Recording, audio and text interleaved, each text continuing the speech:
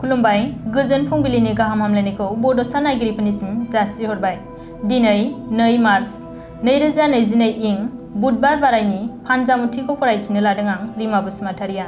मेष राशि साननाय थांखिफोरा जाफुंनो हागौ, गोसोआ खुसि जानो हागोन, मोजां सान।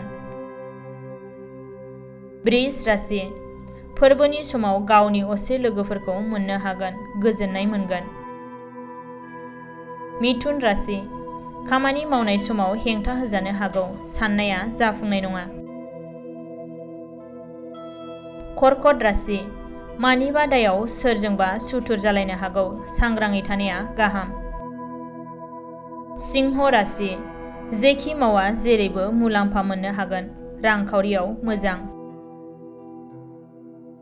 कन्या राशि जेंना जेंसि थानायफोरा जोबस्रांगोन, नखर संसारा गोजोनाव फैगोन। तुला राशि जेथिंबो सुथुरफोरा साग्लोबसारनो हागौ, फारफ्रोमथिंबो सांग्रां जानानै थानांगोन। वृश्चिक राशि गोजान जायगायाव बेरायहैनायाव आन्दायनो हागौ, सांग्राङै थांनांगोन। धनु राशि बे राशिनि थाखाय गोथार सान, न'नि मोजां हाबा मावनानै लानो हागोन। मकर राशि सोरजोंबाफोर बायदिसिना होननानै बांसावजानो हागौ, गोसो हमथानानै थानांगोन। कुम्भ राशि जेरैबो सुखुखौ मोननो हागोन, जेखि मावा जौगानाय फैगोन।